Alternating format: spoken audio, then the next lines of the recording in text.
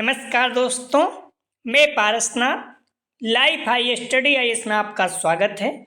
आज हम लोग राजा महेंद्र प्रताप सिंह राज्य विश्वविद्यालय अलीगढ़ के बीएड थर्ड सेमेस्टर एग्जाम 2023 जो 14 दिसंबर 2023 से एग्जाम होने जा रहा है, उसके लिए पेपर 305E अर्थात सामाजिक विज्ञान शिक्षण या पेडागोजी ऑफ सोशल स्टडीज का यूनिट 2 का प्रैक्टिस सेट 4 हल करेंगे।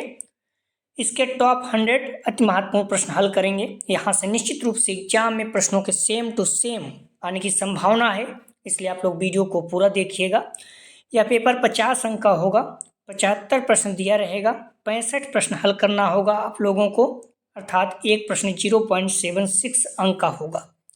समय 2 घंटे अर्थात 120 मिनट का होगा। इस पेपर में पास होने के लिए आप लोगों को कम से कम 20 अंक प्राप्त करना है। 40% रहता है तो 50 अंक का है, 4 पंचे 20 अंक प्राप्त करना है, अर्थात 26 प्रश्न सही करना है। तो आप लोग ध्यान रखना, 50 अंक का पेपर है आपका, 50 का 40% कितना होता है, बटे 100 कर दीजिए। 1 0 से 0 कट गया, 0 से 0, 5 चौक 20, तो 20 अंक आपको पास होने के लिए प्राप्त करना है, ठीक है, इस पेपर में। और प्रश्न कितने करने हैं सही, 26 प्रश्न सही करना है। दोस्तों प्रश्नों पर आएँ, लेकिन उससे पहले प्लीज़ आप लोग वीडियो को ज़्यादा से ज़्यादा शेयर कीजिए, जिससे सभी लोगों को लाभ हो सके। कई बच्चे ऐसे हैं जिनको चैनल के बारे में जानकारी नहीं है, तो इसलिए निवेदन है कि आप लोग अपने कॉलेज के ग्रुप में ज़रूर शेयर करें। कई बच्चे बोलते हैं सभी के अच्छे अंक आ जाएंगे, तो ऐसा मन में मत रखिए, सभी लोगों को लाभ हो। यदि आप लोग चैनल को सब्सक्राइब नहीं किए हैं तो प्लीज़ चैनल को सब्सक्राइब कीजिए तथा वीडियो को लाइक और शेयर जरूर कीजिए, इससे मोटिवेशन मिलता है। आइए देखते हैं प्रश्नों को। आप लोग ध्यान रखना, पेपर 305E अर्थात सामाजिक अध्ययन शिक्षण पेडागोजी ऑफ सोशल स्टडीज, इसका इतिहास, नागरिक शास्त्र, अर्थशास्त्र, भूगोल, कोई भी पेपर आपका विषय है, चाहे इतिहास हो, नागरिक शास्त्र, अर्थशास्त्र या भूगोल, कोई भी आप सृष्टि में रखे हैं तो आपका ध्यान रखना पेपर सभी लोगों को सेम आएगा, ठीक है। चाहे आपका इतिहास है, नागरिक शास्त्र, अर्थशास्त्र या भूगोल, कोई भी विषय है, पेपर सभी लोगों का, चारों में से सभी लोगों का सेम ही आएगा, तो आप लोग सॉल्व कर सकते हैं। तो ध्यान रखना, यूनिट 2 का पार्ट 2 हल करेंगे। इसके पहले यूनिट 2 का पार्ट 1 हल कर चुके हैं, यूनिट फर्स्ट का 2 पार्ट में हल कर चुके हैं, यूनिट 2 को भी 2 पार्ट में हल कर गए हैं। तो ये चौथा टेस्ट है सामाजिक अध्ययन शिक्षण का। 3 टेस्ट इसके पहले हम लोग हल कर चुके हैं। यदि आप लोग नहीं देखे हैं तो डिस्क्रिप्शन में ध्यान रखना, आप लोग देखेंगे तो लिंक आप प्लेलिस्ट BD 305E दिया गया है। तो यहाँ पर आप जैसे जाएंगे, इस जगह पर क्लिक करेंगे तो आप प्लेलिस्ट में पहुँच जाएंगे, जहाँ पर आपको सारी वीडियो क्रम से मिल जाएगी इस विषय की। यदि आप लिंक आप प्लेलिस्ट ऑल पेपर देखना चाहते हैं तो जस्ट इसके नीचे लगभग इस जगह पर है, यहाँ पर क्लिक करेंगे सभी पेपर का क्रम से मिल जाएगा, ठीक है। तो आप लोग डिस्क्रिप्शन में जाकर देख सकते हैं, बाकी चैनल पे जाकर प्लेलिस्ट में भी देख सकते हैं, क्योंकि सारे विषय हमने प्लेलिस्ट बना दिया है। क्लियर है, आइए देखते हैं प्रश्नों को। पहला प्रश्न है, आगमन निगमन विधि का अर्थ होता है, ठीक है। तो निगमन मतलब होता है नियम के अनुसार, ठीक है, कोई भी चीज़ नियम के अनुसार कैसे चलते हैं उसके क्या कहते हैं, निगमन कहते हैं, ठीक है। तो इस पॉइंट को भी आप लोग ध्यान रखना है। ए उदाहरण से नियम, बी नियम से उदाहरण, सी ए बी, दोनों डी में से कोई नहीं। तो आगमन और निगमन दोनों पूछा है, ध्यान रखना, इसका सही जवाब हो जाएगा एक का सी। ए और बी दोनों, उदाहरण से नियम, नियम से उदाहरण, दोनों, ठीक है। अगला प्रश्न है, निम्नांकित में से किसमें कहानी विधि का उपयोग करते हैं? ए इतिहास, बी नागरिक शास्त्र, सी भूगोल, डी उपयुक्त सभी। सही जवाब हो जाएगा डी उपयुक्त सभी। अगला प्रश्न है, डाटाबेस पैकेज होता है? A file system, B database software, C DBMS, D उपयुक्त सभी। तो डाटाबेस पैकेज होता है, सही जवाब हो जाएगा, ध्यान रखना, डी उपयुक्त सभी। आप लोग ध्यान रखना, DBMS इसका फुल फॉर्म क्या है, डाटाबेस मैनेजमेंट सिस्टम, क्योंकि यहाँ पर शब्द दिया गया था DBMS। अगला प्रश्न है, कभी कोई पूछ लेता है, भूगोल शिक्षण से संबंधित सूचना एवं संप्रेषण तकनीकी की उपयोगिता का प्रमुख सिद्धांत है? ए सहयोग, बी समानता, सी स्वतंत्रता, डी उपयुक्त सभी। सही जवाब हो जाएगा, ध्यान रखना, 4 का डी उपयुक्त सभी। अगला प्रश्न है, पावर पॉइंट प्रेजेंटेशन की कक्षा में उपयोगिता है? ए शिक्षक की, बी छात्र की, सी डायरेक्टर, डी उपयुक्त सभी। पावर पॉइंट प्रेजेंटेशन की कक्षा में उपयोगिता है, सही जवाब हो जाएगा डी उपयुक्त सभी। अगला प्रश्न है, आईसीटी का संबंध है? ए कंप्यूटर से, बी ऑनलाइन शिक्षण से, सी स्मार्टफोन से, डी उपयुक्त सभी से। सही जवाब हो जाएगा 6 का, ध्यान रखना डी उपयुक्त सभी से। अगला प्रश्न है, ई अधिगम है? ए इंटरनेट प्रणाली, B online, C A B दोनों, डी इनमें से कोई नहीं। तो ई अधिगम क्या है? सही जवाब हो जाएगा 7 का, सी ए बी दोनों, इंटरनेट प्रणाली और ऑनलाइन दोनों। अगला प्रश्न है, यूट्यूब प्रशिक्षण वीडियोज तथा ई अनुवर्ग संसाधन का संबंध है? ए डिजिटल संसाधन, बी मानवीय संसाधन, सी परंपरागत संसाधन, डी इनमें से कोई नहीं। सही जवाब हो जाएगा पहले का ए डिजिटल संसाधन। तो यूट्यूब प्रशिक्षण वीडियोज तथा ई अनुवर्ग संसाधनों का संबंध है, तो ए डिजिटल संसाधन। अगला प्रश्न है, ऑनलाइन अधिगम सामग्री के रूप में प्रयुक्त किया जाता है? A tutor, B LinkedIn, C Pinterest, D उपयुक्त सभी। तो ध्यान रखना, इसका सही जवाब हो जाएगा 9 का, डी उपयुक्त सभी। क्लियर है? तो ऑनलाइन अधिगम सामग्री के रूप में प्रयुक्त किया जाता है, तो सही जवाब हो जाएगा, ध्यान रखना इसका, डी उपयुक्त सभी। अगला प्रश्न है, कक्षा शिक्षण के सूत्र निम्न में से कौन से हैं? ए ज्ञात से अज्ञात की ओर, बी सरल से कठिन की ओर, सी स्थूल से सूक्ष्म की ओर एवं पूर्ण से अंश की ओर, डी उपयुक्त सभी। सही जवाब हो जाएगा डी उपयुक्त सभी। जो भी शिक्षण सूत्र आप लोगों को याद होना चाहिए, हम लोग पिछले टेस्ट में इसमें देखे भी थे। अगला प्रश्न है, शिक्षण का सबसे महत्वपूर्ण सिद्धांत है? ए छात्रों को ज्ञान प्राप्त करने में मदद करना, बी छात्रों में जिज्ञासा, ज्ञान और सीखने के प्रति प्रेरित करना, सी ए बी दोनों, डी इनमें से कोई नहीं। सही जवाब हो जाएगा सी ए बी दोनों। अगला प्रश्न है, कौन सी शिक्षण विधि करके सीखने का अवसर प्रदान करती है? ए योजना विधि, बी व्याख्यान विधि, सी कहानी विधि, डी उपयुक्त सभी। सही जवाब हो जाएगा ए योजना विधि। योजना विधि क्या है? करके सीखने का अवसर प्रदान करती है। ठीक है, महत्वपूर्ण है, ध्यान रखना आप लोग। योजना को प्रयोगशाला विधि भी कहते हैं, या विशेष रूप से गणित विज्ञान में उपयोग की जाने वाली शिक्षण की आधुनिक विधि है। यह विधि करके सीखना, अवलोकन करने के मनोवैज्ञानिक सिद्धांत पर आधारित है, जहाँ छात्रों को प्रत्यक्ष तथा यथार्थपूर्ण अनुभव प्रदान करने वाली व्यवहारिक गतिविधियों पर जोर दिया जाता है। इस विधि में छात्रों को प्रत्यक्ष अनुभवों के माध्यम से तथ्यों से परिचित होने का अवसर प्राप्त होता है। अगला प्रश्न है, शिक्षक बहुत सावधानी से प्रयोग करते हुए छात्रों को छोटी और बड़ी तकनीकी को सीखने में सहायता करता है। अगला प्रश्न है,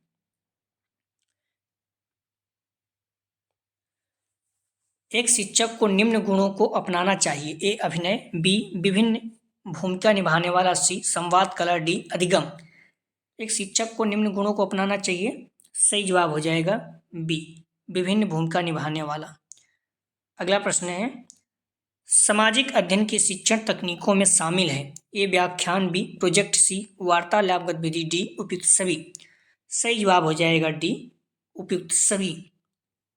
अगला प्रश्न है, इकाई उपागम के जनक हैं? A Jeff Herbert, B H C Morrison, C Bloom, D RCEM। सही जवाब हो जाएगा 15 का बी HC मॉरिसन।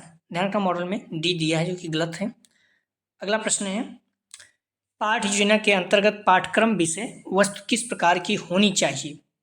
ए पाठ वस्तु केंद्रित, बी अभिभावक केंद्रित, सी शिक्षार्थी केंद्रित, डी शिक्षक केंद्रित। तो पाठ योजना के अंतर्गत पाठ्यक्रम विषय वस्तु किस प्रकार की होनी चाहिए?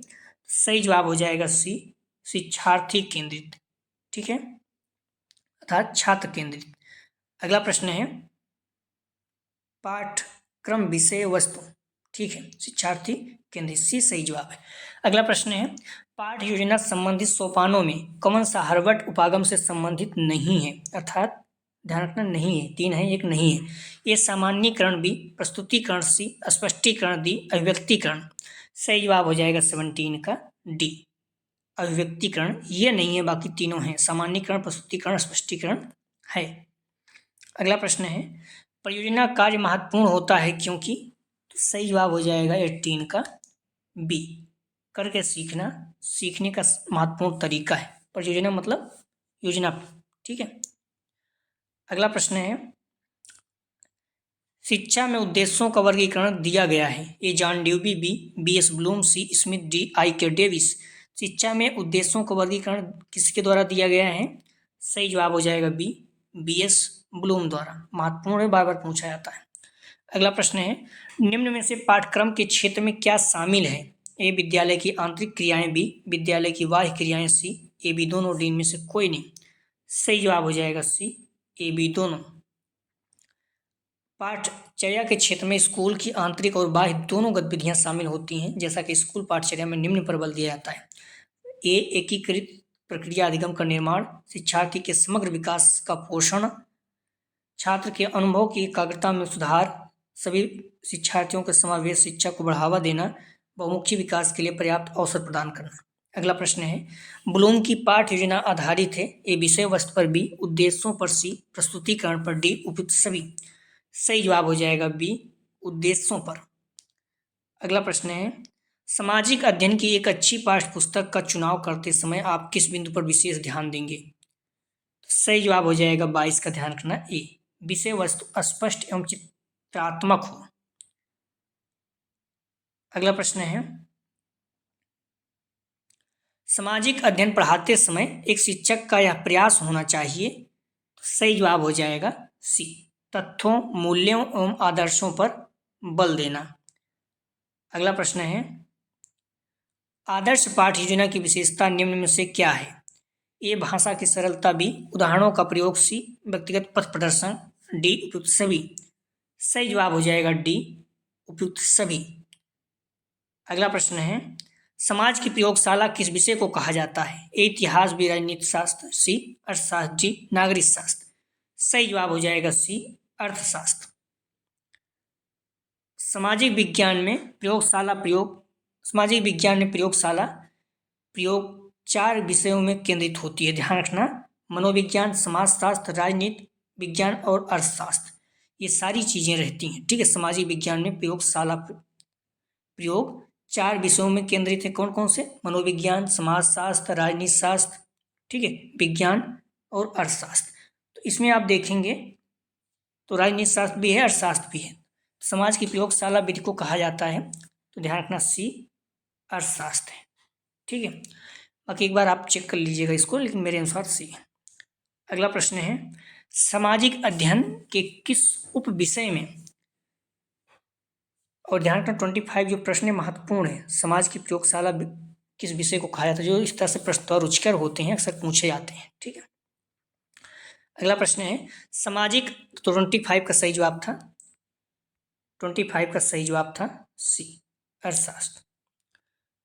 अगला प्रश्न है, सामाजिक अध्ययन के किस उप विषय में विभिन्न देशों के मध्य संबंध का अध्ययन किया जाता है? सही जवाब हो जाएगा 26 का, ध्यान रखना ए राजनीति विज्ञान। अगला प्रश्न है, राष्ट्रीय स्तर पर विद्यालय के पाठ्यक्रम को कौन तय करता है? तो सही जवाब हो जाएगा 27 का, ध्यान रखना BNCERT। इसकी स्थापना कब हुई थी? एनसीईआरटी को 1961 में पूछा जाता है। अगला प्रश्न है, सामाजिक अध्ययन पढ़ाने में आने वाली कठिनाइयों में से प्रमुख है। ए परिवर्तित होते रहते हैं, बी बहुत जटिल होना, सी अस्तित्वहीन होना, डी स्थानिक होना। सही जवाब हो जाएगा ए परिवर्तित होते रहना। अगला प्रश्न है, कक्षा में शिक्षण कार्य होना चाहिए। ए एकपक्षीय, बी गहन, सी सरल, डी पारस्परिक क्रिया द्वारा। सही जवाब हो जाएगा डी पारस्परिक क्रिया द्वारा। अगला प्रश्न है, प्राथमिक स्तर के बालकों के शिक्षण के लिए सर्वाधिक उपयोगी विधि कौन सी है? ए आगमन विधि, बी कहानी विधि, सी निरीक्षण विधि, डी प्रोजेक्ट विधि। सही जवाब हो जाएगा बी कहानी विधि। अगला प्रश्न है, शिक्षण और निर्देशात्मक सामग्री की क्या विशेषताएं हैं? ए विषय वस्तु की स्पष्टता, बी समय एवं परिश्रम की बचत, सी विषय को रोचक बनाने में सहायक, डी उपयुक्त सभी। सही जवाब हो जाएगा डी उपयुक्त सभी। अगला प्रश्न है, अनुदेशात्मक सामग्री को कितने भागों में वर्गीकृत किया जा सकता है? सही जवाब हो जाएगा 32 का ध्यान रखना, सी 4 भागों में। अगला प्रश्न है, सामाजिक अध्ययन प्रयोगशाला का क्या महत्व है? ए समय तथा ऊर्जा की बचत, बी शिक्षण तथा अधिगम को प्रभावी बनाने में सहायक, सी विद्यार्थियों का ध्यान आकर्षित करने में सहायक, डी उपयुक्त सभी। तो सही जवाब हो जाएगा डी उपयुक्त सभी। अगला प्रश्न है, सामाजिक अध्ययन प्रयोगशाला की सामग्री होनी चाहिए? ए मेज, चाकबोर्ड, बुलेटिन बोर्ड, बी मानचित्र, प्रतिमान, चार्ट, चित्र, सी ग्लोब, वस्तु संग्रहालय, पुस्तकें, डी उपयुक्त सभी। ध्यान रखना, इसका सही जवाब हो जाएगा 34 का सही जवाब हो जाएगा डी उपयुक्त सभी। क्लियर है? तो उपयुक्त सभी। अगला प्रश्न है, श्रव्य दृश्य सामग्री। पहली बात तो आप लोग क्लियर हो जाइए, श्रव्य और दृश्य सामग्री किसे कहते हैं? जो सुनाई भी दे, दिखाई भी दे। ए अवबोध में सुविधा प्रदान करती है, बी अधिगमकर्ता की धारणा शक्ति को बढ़ाती है, सी ए बी दोनों, डी में से कोई नहीं। सही जवाब हो जाएगा सी ए बी दोनों। अगला प्रश्न है, कक्षा कक्ष शिक्षण कैसा होना चाहिए? तो सही जवाब हो जाएगा 36 का ए संवाद मूलक। अगला प्रश्न है, त्रिआयामी साधन निम्नलिखित में से कौन से हैं? ए ग्लोब और वास्तविक वस्तुएं, बी आरेख और मॉडल, सी मॉकअप और नमूने, डी उपयुक्त सभी। सही जवाब हो जाएगा डी उपयुक्त सभी। अगला प्रश्न है, नाटक भ्रमण आदि क्या है? ए त्रिआयामी साधन, बी ग्राफिक सामग्री, सी क्रियात्मक साधन, डी इनमें से कोई नहीं। तो सही जवाब हो जाएगा 38 का ध्यान रखना, नाटक भ्रमण आदि क्या है? सही जवाब हो जाएगा सी क्रियात्मक साधन है। ठीक है। अगला प्रश्न है, कौन श्रव्य यंत्र नहीं है? सही जवाब हो जाएगा 39 का डी दूरदर्शन। अगला प्रश्न है, निम्न में से शिक्षण सहायक सामग्री क्या है? निम्न में से शिक्षण सहायक सामग्री क्या है? ए यांत्रिक सहायक सामग्री, बी दृश्य सहायक सामग्री, सी परंपरागत सहायक सामग्री, डी उपयुक्त सभी। सही जवाब हो जाएगा डी उपयुक्त सभी। अगला प्रश्न है, रेडियो का प्रारंभ शिक्षण जगत में किस शताब्दी में प्रारंभ हुआ? सही जवाब हो जाएगा 41 का ध्यान रखना आप लोग, बी 20वीं शताब्दी में। अगला प्रश्न है, वाद विवाद पद्धति का गुण, ए छात्रों में बोलने की क्षमता का विकास, बी छात्रों की तर्क चिंतन व निर्णय शक्ति का विकास, डी छात्र विषय वस्तु का चयन एवं संगठन करना सीख जाते हैं, डी उपयुक्त सभी। तो ध्यान रखना, इसका वाद विवाद पद्धति का गुण है। ठीक है, वाद विवाद पद्धति का गुण है क्वेश्चन मार्क। सही जवाब हो जाएगा 42 का डी उपयुक्त सभी। क्लियर? तो उपयुक्त सभी। अगला प्रश्न है, परंपरागत सहायक शिक्षण सामग्री है, ए पाठ्य पुस्तकें, बी श्याम पट, सी पत्र पत्रिकाएं, डी उपयुक्त सभी। सही जवाब हो जाएगा 43 का डी उपयुक्त सभी। अगला प्रश्न है, वाद विवाद पद्धति का दोष है, ए इसका मूल्यांकन एक कठिन प्रक्रिया है, बी छोटी आयु में बच्चों के लिए अनुपयोगी, सी ए बी दोनों, डी में से कोई नहीं। सही जवाब हो जाएगा 44 का सी ए बी दोनों। अगला प्रश्न है, MOOC अर्थात मूक वेब पर आधारित दूरस्थ शिक्षा का कैसा कार्यक्रम है? ए निःशुल्क, बी उच्च शुल्क, सी सशुल्क, डी इनमें से कोई नहीं। सही जवाब हो जाएगा ए निःशुल्क है। अगला प्रश्न है, मूक कभी फुल फॉर्म भी पूछ लेता है, तो आप लोग ध्यान रखना, याद रखना। शिक्षण कार्य में सहायक सामग्री की आवश्यकता क्यों होती है? ए शिक्षण को अर्थपूर्ण बनाने के लिए, बी शिक्षण अधिगम में विविधता लाने के लिए, सी विषय वस्तु को रोचक एवं प्रभावशाली बनाने के लिए, डी उपयुक्त सभी। सही जवाब हो जाएगा डी उपयुक्त सभी। अगला प्रश्न है, श्रव्य दृश्य साधनों की आवश्यकता, महत्ता एवं उपयोगिता निम्न से किससे सिद्ध होती है? सही जवाब हो जाएगा 47 का डी ध्यान से, रुचि से, शिक्षण सूत्रों से, इन सभी से। अगला प्रश्न है, प्रवचन प्रविधि का प्रयोग करने का कारण है ए साधनों की न्यूनता, बी व्याख्या करने की आवश्यकता, सी अन्य प्राणियों की अपेक्षा सरलतम, डी उपयुक्त सभी। प्रवचन प्रविधि का प्रयोग करने का कारण है, सही जवाब हो जाएगा 48 का डी उपयुक्त सभी। अगला प्रश्न है, शिक्षक को श्यामपट्ट से सहायता मिलती है, ए वह श्यामपट्ट पर पाठ का सार लिख सकता है, बी वह कठिन शब्दों को लिखकर स्पष्ट कर सकता है, सी ए बी दोनों, डी में डी बी। शिक्षक को श्यामपट्ट से सहायता मिलती है, सही जवाब हो जाएगा सी ए बी दोनों। अगला प्रश्न है, प्रवचन प्रविधि का प्रयोग करने का कारण है, ए साधन की न्यूनता, बी व्याख्या करने की आवश्यकता, सी अन्य प्रणालियों की अपेक्षा सरलतम, सी डी उपयुक्त सभी। तो प्रवचन प्रविधि का प्रयोग करने का कारण है, सही जवाब हो जाएगा डी उपयुक्त सभी। अगला प्रश्न है, तकनीकी के आधार पर आदेशात्मक सामग्री होती है, ए 2 प्रकार की, बी 4 प्रकार की, सी 5 प्रकार की, डी 8 प्रकार की। सही जवाब हो जाएगा ए 2 प्रकार की। तकनीकी के आधार पर आदेशात्मक सामग्री होती है 2 प्रकार की। अगला प्रश्न है, सामाजिक अध्ययन शिक्षण का सिद्धांत है, ए उपयोगिता के सिद्धांत, बी रचनात्मक कार्य सिद्धांत, सी जीवन से संबंधित होने का सिद्धांत, डी उपयुक्त सभी। सही जवाब हो जाएगा डी उपयुक्त सभी।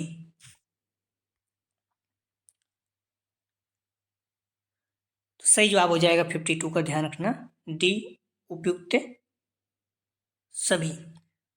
अगला प्रश्न है, हार्डवेयर अनुदेशात्मक सामग्री है, A television, B radio, C A B दोनों, डी में से कोई नहीं। तो हार्डवेयर की बात कर रहा है, ध्यान रखना आप लोग, हार्डवेयर। तो सही जवाब हो जाएगा, ध्यान रखना 53 का डी। 53 का सही जवाब ध्यान रखना, हार्डवेयर अनुदेशात्मक सामग्री है, A television, B radio, C A B दोनों, डी में से कोई नहीं। 53 का सही जवाब हो जाएगा, ध्यान रखना, हार्डवेयर अनुदेशात्मक सामग्री, ए टेलीविजन, बी रेडियो। सही जवाब इसका हो जाएगा ए बी दोनों, ठीक है, टेलीविजन और रेडियो दोनों है, ठीक है। हार्डवेयर अनुदेशात्मक सामग्री, तो टेलीविजन और रेडियो दोनों है, ठीक है। इस पॉइंट को आप लोग ध्यान रखना। अगला प्रश्न है, सॉफ्टवेयर अनुदेशात्मक सामग्री है, सॉफ्टवेयर अनुदेशात्मक सामग्री है, ए चित्र, बी चार्ट, सी ग्राफ, डी उपयुक्त सभी। सॉफ्टवेयर अनुदेशात्मक सामग्री है, सही जवाब हो जाएगा डी उपयुक्त सभी। अगला प्रश्न है, पर्यवेक्षित अध्ययन विधि का पाठ योजना के कितने प्रकार वाइनिंग एवं बाइनिंग के द्वारा बताए गए हैं। तो सही जवाब हो जाएगा, ध्यान रखना, सी 5। अगला प्रश्न है,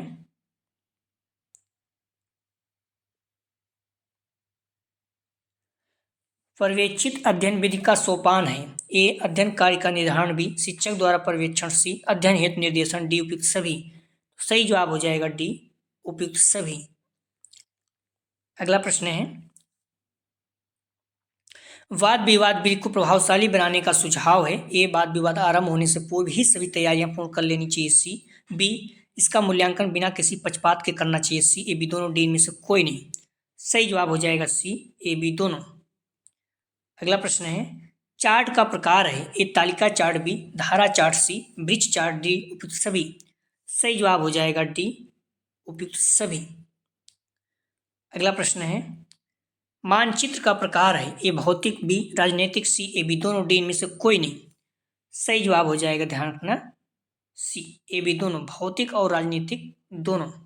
अगला प्रश्न है, ग्राफ के प्रकार हैं, ए रेखीय ग्राफ, बी वृत्त ग्राफ, सी लंबा ग्राफ, डी उपयुक्त सभी। सही जवाब हो जाएगा डी उपयुक्त सभी। अगला प्रश्न है, ग्लोब के प्रकार हैं, ध्यान रखना आप लोग, ग्लोब के प्रकार हैं, ए भौतिक ग्लोब, बी राजनीतिक ग्लोब, सी राजकीय रूपरेखा ग्लोब, डी उपयुक्त सभी। सही जवाब हो जाएगा डी उपयुक्त सभी। अगला प्रश्न है, मॉडल निम्न में से सही नहीं है, निम्न में से मॉडल निम्न में से नहीं है, कौन सा एक नहीं है, ए रेखा चित्र, B photograph, C still model D board, board नहीं है, ठीक है। अगला प्रश्न है प्रक्षेपी सहायक सामग्री है ए VCD-C, LCD-D, BCR-D उपयुक्त सभी। प्रक्षेपी सहायक सामग्री है, सही जवाब हो जाएगा, ध्यान रखना डी उपयुक्त सभी। अगला प्रश्न है डिजिटल प्रोजेक्ट का विकास किया गया ए मैडम क्यूरी द्वारा, बी डाल्टन द्वारा, सी एडम्स द्वारा, डी जॉर्ज बियर द्वारा। तो डिजिटल प्रोजेक्ट का विकास किया गया, सही जवाब हो जाएगा डी जॉर्ज बियर द्वारा। अगला प्रश्न है शिक्षण को श्यामपट्ट पर लिखते समय कितने अंश के कोण पर खड़े होकर लिखना चाहिए? तो महत्वपूर्ण प्रश्न है, सही जवाब हो जाएगा डी 45 अंश पर। शिक्षक को ब्लैक बोर्ड पर लिखते समय 45 अंश के कोण पर खड़ा होना चाहिए, क्योंकि इस कोण पर खड़े होकर वह छात्रों पर नजर रख सकेगा और छात्रों की शारीरिक भाषा और चेहरे भावों को तुरंत संबोधित कर सकता है, जो विषय वस्तु के बारे में भ्रम का सुझाव देते हैं। अगला प्रश्न है सामाजिक अध्ययन के शिक्षण में सबसे महत्वपूर्ण सहायक साधन कौन सा है? ए व्याख्यान, बी श्रव्य साधन, सी वाद विवाद, डी कार्य निर्धारण। सामाजिक अध्ययन के शिक्षण में सबसे महत्वपूर्ण सहायक साधन कौन सा है? सही जवाब हो जाएगा बी श्रव्य साधन। अगला प्रश्न है सामाजिक एवं राजनीतिक जीवन पढ़ाने के लिए दिए गए उपायों में से सर्वाधिक उचित है? ये परिभाषाएं, बी व्यक्ति अध्ययन, सी दृश्य सामग्री, डी उपयुक्त सभी। सही जवाब हो जाएगा डी उपयुक्त सभी। अगला प्रश्न है विभिन्न देशों में भूमि उपयोग को दर्शाने के लिए निम्न में से कौन सी शिक्षण सामग्री सर्वाधिक उचित है? ए तुलनात्मक चार्ट, बी वेन आरेख, सी फ्लो चार्ट, डी समय रेखा चार्ट। तो विभिन्न देशों में भूमि उपयोग को दर्शाने के लिए निम्न से कौन से शिक्षण सामग्री सर्वाधिक उचित है? सही जवाब हो जाएगा ए तुलनात्मक चार्ट। अगला प्रश्न है प्रत्यक्ष कर एवं अप्रत्यक्ष कर एक दूसरे के पूरक हैं, किसका कथन है? सही जवाब हो जाएगा डी डाल्टन का। अगला प्रश्न है कंप्यूटर में मेमोरी कितने प्रकार की होती है? सही जवाब हो जाएगा 70 का बी 2 प्रकार की। कई आपको 3 प्रकार भी मिल जाएगा, लेकिन 2 प्रकार, ठीक है, प्राथमिक द्वितीय। कंप्यूटर सिस्टम में 2 प्रकार की मेमोरी होती है, प्राइमरी और सेकेंडरी। अगला प्रश्न है आधुनिक कंप्यूटर प्रारंभ हुआ तो किस सन में हुआ? सही जवाब हो जाएगा सी 1945। अगला प्रश्न है निम्नांकित में टेली कॉन्फ्रेंसिंग का लाभ है? ये सुदूर क्षेत्र में छात्रों हेतु सूचना के आदान प्रदान में सहायक, बी प्रत्यक्ष एवं सजीव शिक्षण की तरह लाभकारी, सी शिक्षक द्वारा एक ही समय में विश्व के अधिकांश लोगों की समस्या का समाधान, डी उपयुक्त सभी। सही जवाब हो जाएगा डी उपयुक्त सभी। अगला प्रश्न है इंटरनेट वास्तव में समस्त पृथ्वी पर बिखरे हुए हजारों नेटवर्क्स का एक मुक्त संयोजन है, या किसका कथन है? या कथन किसका है? सही जवाब हो जाएगा ए शेरान कॉफरोड का। अगला प्रश्न है दुनिया में सबसे पहले इंटरनेट की शुरुआत कब हुई? सही जवाब हो जाएगा 74 का ए 1969 में। 1969 में टिम बर्नर्स ली ने इंटरनेट बनाया था, ध्यान रखना इस पॉइंट को, ठीक है। सबसे पहले इंटरनेट की शुरुआत 1969 में। पूछता है अगला प्रश्न है भारत में इंटरनेट की शुरुआत निम्नांकित में से कब हुई थी? भारत में तो 1969 में, पूरे विश्व में सबसे पहला था, लेकिन भारत में कब शुरू हुई थी? सही जवाब हो जाएगा बी 1986 में। अगला ध्यान रखना भारत में इंटरनेट की शुरुआत 1986 में हुई थी और यह केवल शैक्षिक और अनुसंधान समुदाय के लिए उपलब्ध था। इंटरनेट तक आम जनता की पहुंच 15 अगस्त 1995 में शुरू हुई, ठीक है। 86 में जो शुरू हुआ था ये केवल शैक्षिक और अनुसंधान समुदाय के लिए था, रिसर्च के लिए, लेकिन 1995 में सभी के लिए शुरू हो गई, ठीक है, जनता तक। अगला प्रश्न है इंटरनेट की विशेषताएं एवं लाभ का बिंदु है? ये कम समय, शक्ति तथा व्यय में सूचनाओं की प्रभुता, भी ईमेल तथा ई काम जैसी सुविधाएं प्रदत्त करना, सी घर बैठे रेल, बस तथा हवाई जहाज में आरक्षण संभव, डी उपयुक्त सभी। सही जवाब हो जाएगा डी उपयुक्त सभी। अगला प्रश्न है आधुनिक समय में पावर पॉइंट क्या है? सही जवाब हो जाएगा, ध्यान रखना, बी सॉफ्टवेयर।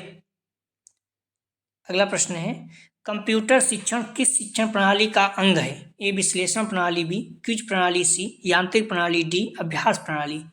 सही जवाब हो जाएगा 78 का सी, यांत्रिक प्रणाली। अगला प्रश्न है, पावर पॉइंट की क्या विशेषता है? ए एक क्लिक पर संपूर्ण प्रस्तुति करने में सक्षम, बी गतिशील कार्य प्रवाह तथा शब्द रचना इत्यादि बनाना, डी सी स्वयं की सूचनाओं को सुरक्षित रख जाना, डी उपयुक्त सभी। सही जवाब हो जाएगा 79 का डी, उपयुक्त सभी। अगला प्रश्न है, अर्थशास्त्र भूगोल शिक्षण में आईसीटी अधिगम की स्रोत हैं? ए मूडल, बी मूक, सी ए बी दोनों, डी इनमें से कोई नहीं। तो सही जवाब हो जाएगा सी, ए बी दोनों, अर्थात मूक और मूडल और मूक दोनों। सी इसका सही जवाब है। अगला प्रश्न है, सूचना संप्रेषण तकनीकी का प्रयोग किया जाता है? ए स्वीकृत परिवर्तनीय सामग्री के रूप में, बी अनुसंधान से उपलब्ध अधिगम सामग्री के रूप में, सी ए बी दोनों, डी इनमें से कोई नहीं। सही जवाब हो जाएगा सी, ए बी दोनों। अगला प्रश्न है, आईसीटी का पूर्ण नाम है? सही जवाब हो जाएगा 82 का बी, सूचना संप्रेषण तकनीक। क्लियर? तो आईसीटी का फुल फॉर्म क्या हो जाएगा? इंफॉर्मेशन कम्युनिकेशन टेक्नोलॉजी, सूचना संप्रेषण तकनीक। अगला प्रश्न है, टेक्नोलॉजी शब्द की उत्पत्ति किस शब्द से मानी जाती है? मोस्ट इंपॉर्टेंट में रखिएगा इसको। सही जवाब हो जाएगा ए टेक्निकोस से। अगला प्रश्न है, टेक्निकोस शब्द है? A Greek, B Latin, C French, D American. Most important है। सही जवाब हो जाएगा ए टेक्निकोस ग्रीक शब्द है। अगला प्रश्न है, टेक्निकोस का अर्थ है? ए विज्ञान, बी कला, सी खोज, डी ज्ञान। सही जवाब हो जाएगा बी कला। अगला प्रश्न है, ध्यान रखना, तकनीक शब्द का उद्भव ग्रीक भाषा के टेक्निकोस शब्द से हुआ, जिसका अर्थ है कला, कलामय या व्यवहारिक। तीनों याद रखना, कुछ भी पूछ सकता है।